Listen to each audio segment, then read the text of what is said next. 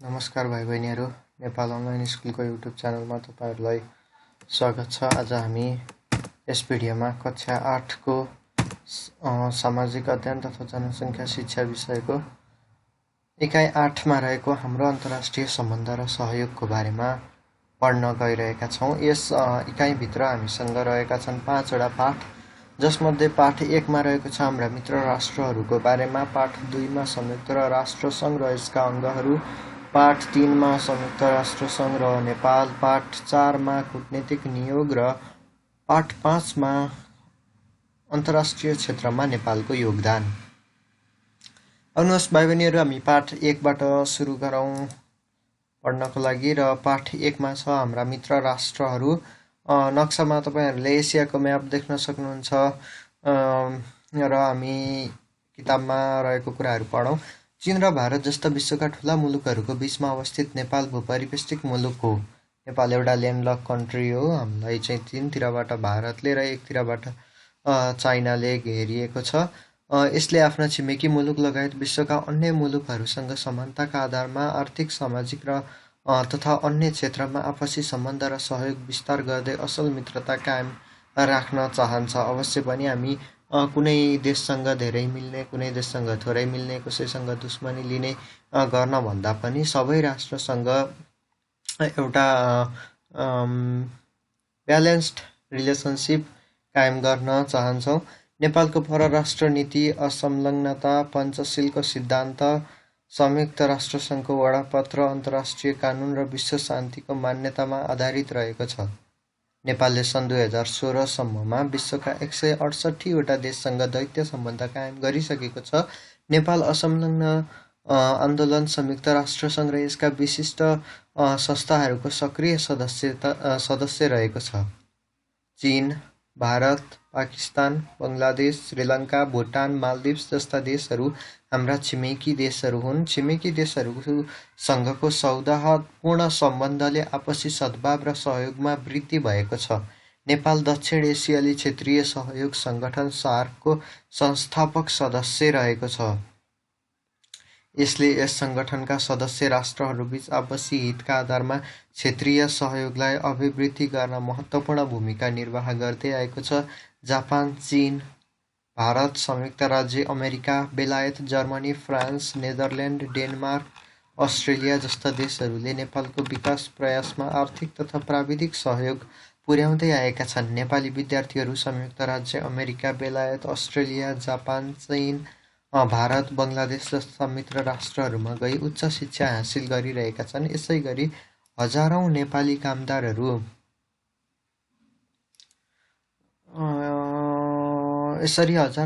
कामदारहरू छिमेकी मुलुक भारत तथा संयुक्त अरब Emirates, Qatar, Bahrain, Kuwait, Israel, दक्षिण कोरिया, सिङ्गापुर जस्ता देशहरूमा काम गरिरहेका छन्। नेपालीहरूले धेरै देशमा काम गर्न गएका छन्। यसले गर्दा नेपालको बेरोजगारी समस्या हल गर्नमा केही मद्दत पुगेको छ। त्यहाँबाट उनीहरूले कमाएको वैदेशिक मुद्राले नेपालको अर्थतन्त्रमा ठुलो टेवा पुगेको छ। हाम्रा मित्र राष्ट्रका विशिष्ट व्यक्तिहरूको बेला बखतमा हुने नेपालको भ्रमण तथा ती देशहरूमा हुने हाम्रा विशिष्ट व्यक्तिहरूको भ्रमणले आपसी सम्बन्धलाई मजबुत बनाउन सहयोग गर्दै आएको छ।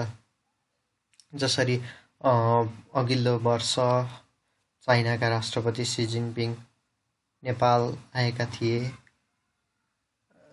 र नेपालका प्रधानमन्त्रीले पनि भारत र चीनको भ्रमण गरेका थिए।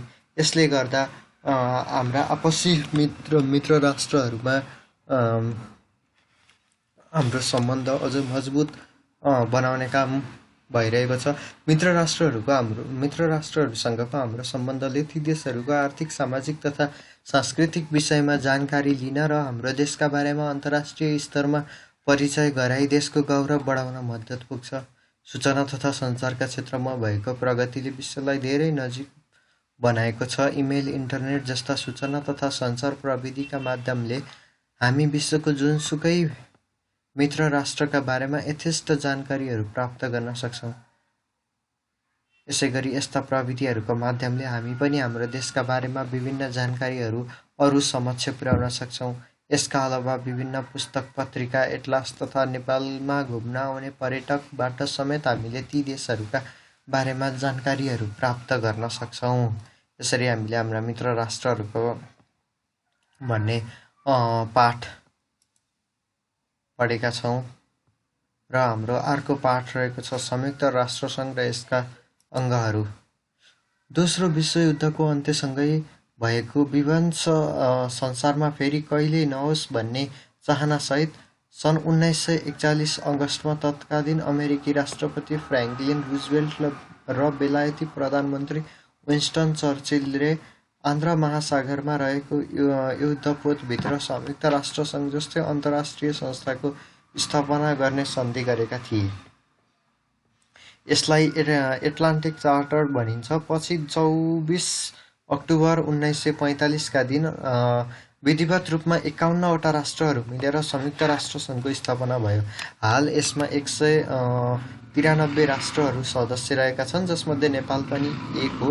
यसको प्रधान कार्यालय न्युयोर्कमा रहेको छ। संयुक्त राष्ट्रसङ्घका निम्न अनुसार 6वटा अङ्गहरू रहेका छन्। एवं महासभा। संयुक्त राष्ट्रसङ्घको संसदलाई महासभा भनिन्छ। यो संयुक्त राष्ट्रसङ्घको सबैभन्दा महत्त्वपूर्ण अङ्ग हो। यसको वडापत्रको अधीनमा रही यसका सदस्य राष्ट्रहरूले आफ्नो कुरा राख्ने र विभिन्न विषयहरूमा मत दिने अधिकार राख्छन्। यसले संयुक्त राष्ट्रसङ्घको बजेट पारित गर्ने तथा अन्य महत्त्वपूर्ण निर्णयहरू लिने गर्दछ। अर्को रहेको छ सुरक्षा परिषद। यसलाई भनिन्छ सेक्युरिटी काउन्सिल। यसले अन्तर्राष्ट्रिय शान्ति र सुरक्षा कायम राख्न विशेष भूमिका निर्वाह गर्दछ। शान्ति सेना परिचालन गर्ने, कुनै देशमा नाकाबन्दी गर्ने जस्ता महत्त्वपूर्ण निर्णयहरू यसले गर्छ।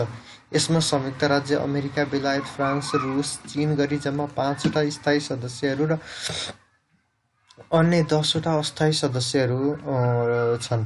अस्थायी सदस्यहरू महासभाबाट 2 वर्षका लागि निर्वाचित हुने गर्छन्।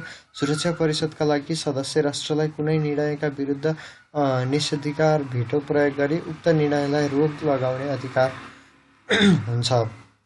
आर्थिक तथा सामाजिक परिषद इकोनोमिक एन्ड सोसियल काउन्सिल यसको अर्को अङ्ग हो।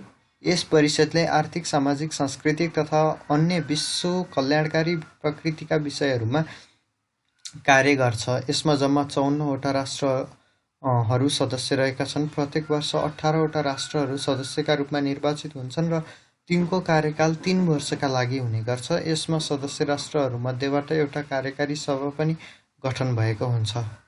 अर्को रहेको छ संयुक्त राष्ट्र संरक्षण परिषद। विश्वयुद्धमा पराजित भएका र उपनिवेशमा रहेका राष्ट्रहरूको आत्मनिर्णयको संरक्षण गर्ने उद्देश्यले यसको गठन भएको हो। सन् 1994 देखि यो निष्क्रिय अवस्थामा रहेको छ। अन्तर्राष्ट्रिय न्यायालय इन्टरनेसनल कोर्ट अन्तर्राष्ट्रिय कानुनको पालना गराउनु, यसको संरक्षण गर्नु र सदस्य राष्ट्रहरूका बीचको विवाद सुल्झाउनु यसको प्रमुख कार्य हो। यसमा जम्मा 15 जना न्यायाधीशहरू रहन्छन्। यिनीहरू 9 वर्षका लागि सुरक्षा परिषद र महासभाबाट निर्वाचित हुन्छन्। यसको प्रधान कार्यालय हल्यान्डको हेगमा छ। सचिवालय यो संयुक्त राष्ट्रसङ्घको प्रशासनिक कार्य गर्ने निकाय हो। यसले महासभाबाट पारित निर्णयहरूको कार्यान्वयन गर्ने गर्छ। महासभाबाट 5 वर्षका लागि निर्वाचित महासचिव यसको प्रमुखका रूपमा रहेका हुन्छन्। र यसरी संयुक्त राष्ट्रसङ्घ र नेपाल सम्बन्धी हामी पाठ 3 मा पढ्छौँ। संयुक्त राष्ट्रसङ्घ and Nepal, United Nation and Nepal. नेपालले 14 डिसेम्बर 1955 मा संयुक्त राष्ट्रसङ्घको सदस्यता लिएको थियो। नेपालको संविधानमा पनि नेपालले संयुक्त राष्ट्रसङ्घको वडापत्रमा आधारित रहेर देशको परराष्ट्र नीति सञ्चालन गर्ने कुरा उल्लेख गरेको छ। संयुक्त राष्ट्रसङ्घको सदस्य लिएदेखि धेरै कार्यक्रमहरूमा नेपाल सहभागी हुँदै आएको छ। जसै गरी अन्तर्राष्ट्रिय शान्ति र सुरक्षा कायम गर्न तथा आर्थिक सामाजिक विकास विस्तारमा नेपालले आफ्नो भूमिका निर्वाह गर्दै आएको छ। अन्तर्राष्ट्रिय शान्ति स्थापना गर्ने संयुक्त राष्ट्रसङ्घको प्रयासमा नेपालले निरन्तर रूपमा सहयोग गर्दै आएको छ। नेपाली सेना तथा प्रहरीका जवानहरू विभिन्न देशमा शान्ति सेनाका रूपमा कार्यरत छन्। नेपाली सेना तथा नेपाल प्रहरी चाहिँ हाइटी, सुडान, कङ्गो, यस्तै यस्तै धेरै देशहरूमा चाहिँ एउटा पिस किपिङ फोर्सको रूपमा परिचालित हुँदै आएको छ। शान्ति सेनाका रूपमा कर्तव्यनिष्ठ भई काम गर्दा कयौं नेपाली सेना तथा प्रहरीका जवानहरूले ज्यान समेत गुमाउनु परेको छ। यसरी संयुक्त राष्ट्र सङ्घको शान्ति सेनाका रूपमा कार्य गरे बापत नेपाली सेना तथा प्रहरीले अन्तर्राष्ट्रिय जगतको प्रशंसा समेत बटुलेका छन्। नेपालले संयुक्त राष्ट्र सङ्घ र यसका विशिष्टीकृत संस्थाहरूले पारित गरेका वा जारी गरेका महासन्धि तथा घोषणापत्रहरूमा हस्ताक्षर गरी आफ्नो प्रतिबद्धता जाहेर गरेको छ। आतंकवादको अन्त्य, सबै प्रकारका विनाशकारी हतियारको निशस्त्रीकरण सम्बन्धमा संयुक्त राष्ट्र सङ्घले अघि सारेका कुराहरूमा नेपालले सहमति जनाउँदै आएको छ। मानवाधिकारको पूर्ण प्रत्याभूतिका लागि राष्ट्रिय मानवाधिकार आयोगलाई स्वतन्त्र र अधिकार सम्पन्न संवैधानिक निकायको रूपमा नेपालले स्थापित गरेको छ। आर्थिक तथा सामाजिक विकासका क्षेत्रमा संयुक्त राष्ट्र सङ्घ र यसका विशिष्टीकृत संस्थाहरूले अगाडि सारेका योजना तथा कार्यहरूमा पनि नेपालले आफ्नो प्रतिबद्धता साथ सहभागिता जनाएको छ। सहस्राब्दी विकास लक्ष्य प्राप्तिका लागि विभिन्न दात्री संस्थाहरूसँग सहकार्य गर्दै विविध कार्यक्रमहरू सञ्चालन गर्दै आएको छ। नेपालले अल्पविकसित तथा विकासोन्मुख देशहरूमा प्राकृतिक विपद तथा द्वन्द्वबाट सिर्जित समस्याहरू समाधानका लागि अन्तर्राष्ट्रिय समुदायको ध्यान आकृष्ट गराउँदै आएको छ। विश्व खाद्य सङ्गठन, फुड एन्ड एग्रिकल्चर अर्गनाइजेसन भन्छ FAO, अन्तर्राष्ट्रिय श्रमिक सङ्गठन इन्टरनेसनल लेबर अर्गनाइजेसन ILO, संयुक्त राष्ट्र सङ्घीय बाल कोष UNICEF, United nation international children emergency fund, संयुक्त राष्ट्र विकास कार्यक्रम, युनाइटेड नेसन डेभलपमेन्ट प्रोग्राम भनेको UNDP। UNDPले नेपालमा धेरै प्रोजेक्टहरू पनि सञ्चालन गर्दै आएको छ। गाउँ गाउँमा खानेपानी र महिला तथा बालबालिकाहरूको शिक्षाको लागि विभिन्न प्रोग्रामहरू चलाउँदै आएको छ। संयुक्त राष्ट्र सङ्घीय शैक्षिक, वैज्ञानिक तथा सांस्कृतिक सङ्गठन UNESCO, United Nation Education, Scientific and Cultural Organisation भनिन्छ। यस युनेस्कोको 10वटा वर्ल्ड हेरिटेज साइटहरू नेपालमा पनि रहेका छन्। यसको बारेमा हामीले अगाडि पनि छलफल गरिसक्यौँ भाइ बहिनीहरू।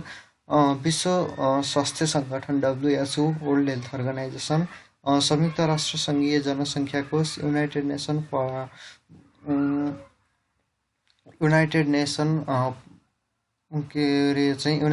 फन्ड फर पपुलेसन समथिङ रहेको छ। यस जस्ता संयुक्त राष्ट्र सङ्घका विशिष्टीकृत संस्थाको सदस्य भई विभिन्न कार्यक्रम सञ्चालन गर्दै आएको छ।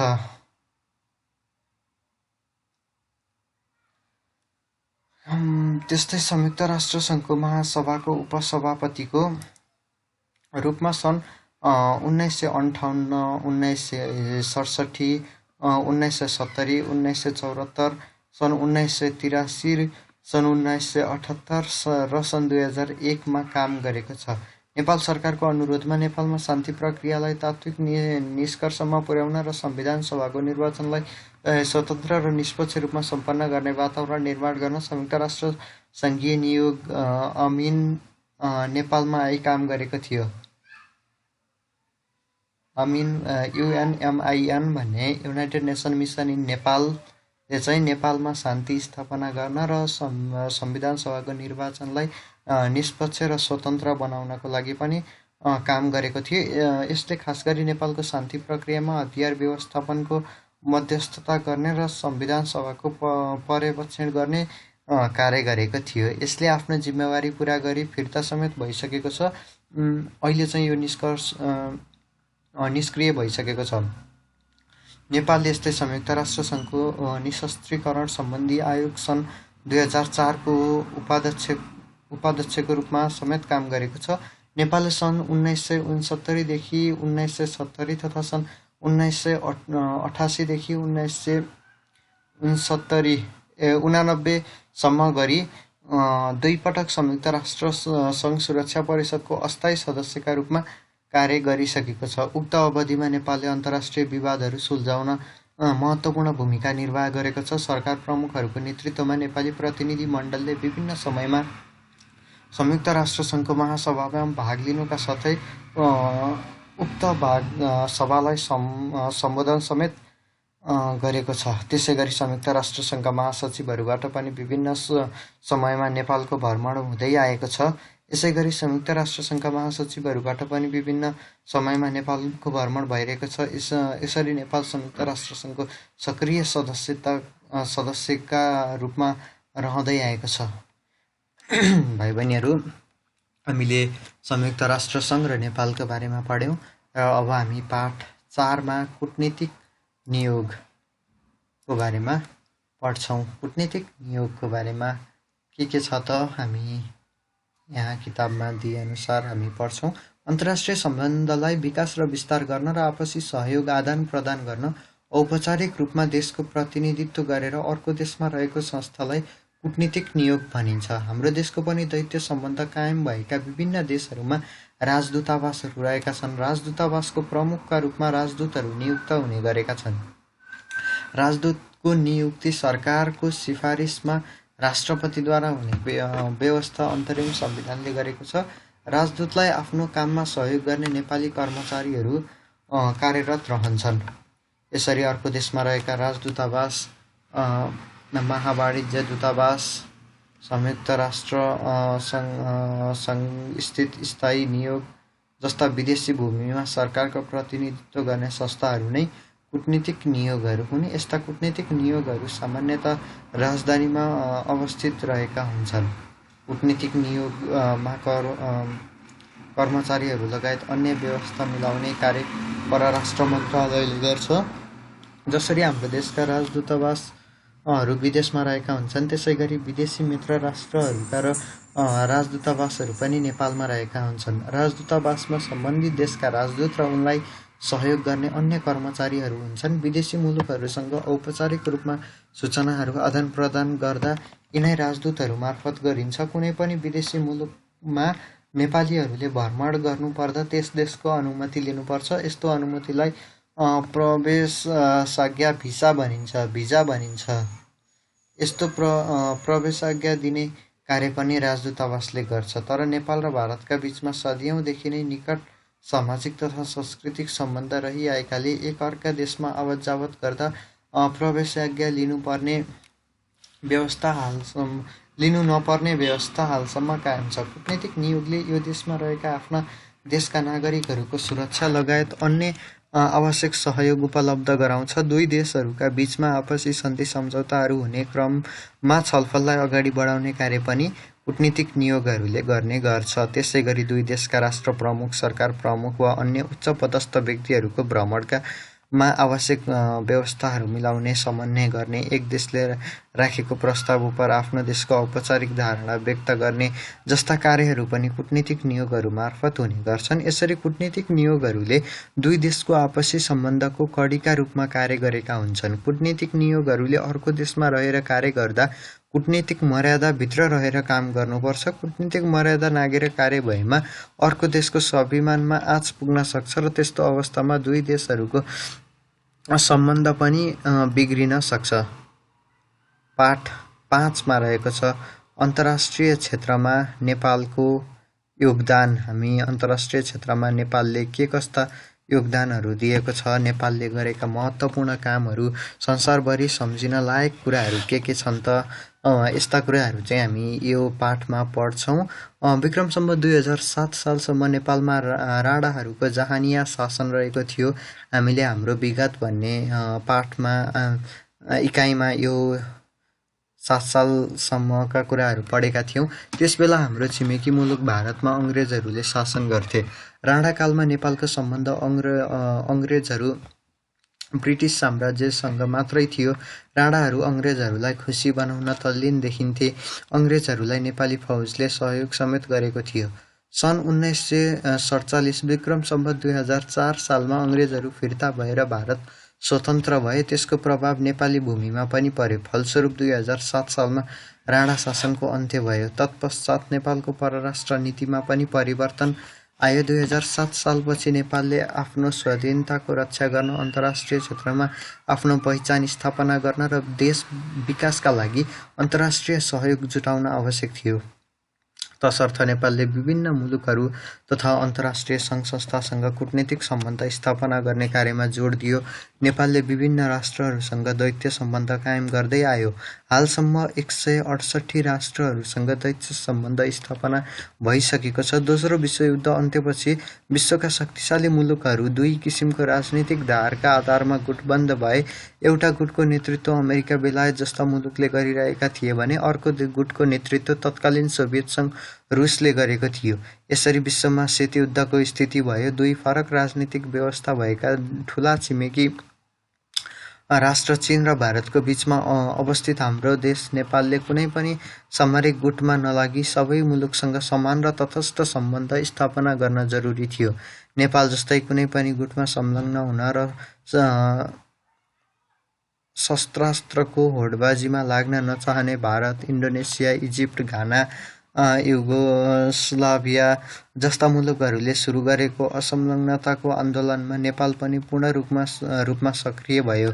सन् 1961 मा युगोस्लाभियाको राजधानी बेलग्रेडमा भएको असंलग्न राष्ट्रहरूको प्रथम शिखर सम्मेलनदेखि हालसम्मका सबै शिखर सम्मेलनमा नेपालले राष्ट्र प्रमुख वा सरकार प्रमुखको स्तरमा भाग लिँदै आएको छ।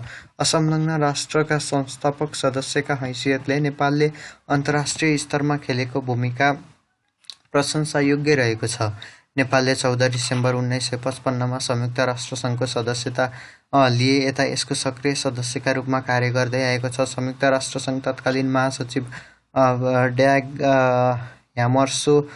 ह्यामरसोल्डको सन् 1961 मा विमान दुर्घटनामा मृत्यु हुँदा त्यस घटनाको छानबिन गर्ने आयोगका अध्यक्ष तत्कालीन नेपाली स्थायी प्रतिनिधि ऋषिकेश शाह थिए। नेपालले अन्तर्राष्ट्रिय शान्ति र सुरक्षा कायम गर्ने राष्ट्रसङ्घको प्रयासमा सुरुदेखि नै सहयोग पुर्याउँदै आएको छ। नेपालले राष्ट्रसङ्घको अनुरोधमा शान्ति सेनामा फौज पठाउँदै आएको छ। Lebanon, Haiti, Somalia, Iraq, Sierra Leone, Congo, पूर्वी टिमोर, इस्ट टिमोर भनिन्छ यसलाई, लाइबेरिया र सुडान जस्ता देशमा 37 वटा शान्ति मिसनमा नेपाली सेना र प्रहरीले कार्य गरिसकेका छन्। संयुक्त राष्ट्रसङ्घको शान्ति सेनामा फौज पठाउने देशहरूमा नेपाल अग्रपङ्क्तिमा रहेको छ। नेपाल दक्षिण एसियाली सहयोग सङ्गठन सार्कको स्थापना कार्यदेखि नै सक्रिय सदस्यका रूपमा रहँदै आएको छ। सार्कका विभिन्न गतिविधिहरूमा नेपालले पनि आफ्नो योगदान पुर्याउँदै आएको छ। सार्कको सचिवालय नेपालको राजधानी काठमाडौँमा रहेको छ। यसैगरी नेपाल संयुक्त राष्ट्रसङ्घका विशिष्टीकृत संस्थाहरू लगायत अन्य विश्व व्यापार सङ्घ, WTO, World Trade Organisation, BIMSTEC जस्ता अन्तर्राष्ट्रिय सङ्घ संस्थाहरूको पनि सदस्यताका रूपमा रही भूमिका निर्वाह गर्दै आएको छ। विभिन्न मित्र राष्ट्रहरूमा प्राकृतिक विपदका बेला सौहार्दपूर्ण रूपमा सक्दो सहयोग समेत पुर्याउँदै आएको छ। यसरी अन्तर्राष्ट्रिय स्तरमा नेपालले सक्दो योगदान दिँदै आफ्नो छुट्टै पहिचान र छवि निर्माण गर्न सफल भएको छ। भाइ बहिनीहरू, हामीले यहाँ अन्तर्राष्ट्रिय क्षेत्रमा नेपालको योगदानको बारेमा पढ्यौँ। यसै गरी हामीले पाठ 5 पनि सकाएका छौँ। यस इकाइमा हामीले हाम्रो अन्तर्राष्ट्रिय सम्बन्ध र सहयोग सम्बन्धी पाठहरू, हाम्रा मित्र राष्ट्रहरू, संयुक्त राष्ट्रसङ्घ र यसका अङ्गहरू, संयुक्त राष्ट्रसङ्घ र नेपाल, कूटनीतिक नियोग, अन्तर्राष्ट्रिय क्षेत्रमा नेपालको योगदान का बारेमा हामीले अध्ययन गरेका छौँ। यसै गरी हामीले यो इकाइ पनि सकेका छौँ र भाइ बहिनीहरू, भिडियो मन परे आफ्नो साथीहरूलाई पनि सेयर गर्नुहोला। नेपाल अनलाइन स्कुलको युट्युब च्यानललाई लाइक, सेयर अनि सब्सक्राइब गरिदिनु होला। सबै विषय, सबै कक्षाहरूका विषयहरूको भिडियो हेर्नका लागि यो युट्युब च्यानलमा आइदिनु होला भाइ बहिनीहरू, र यही भन्दै बिदा हुन चाहन्छु। धन्यवाद।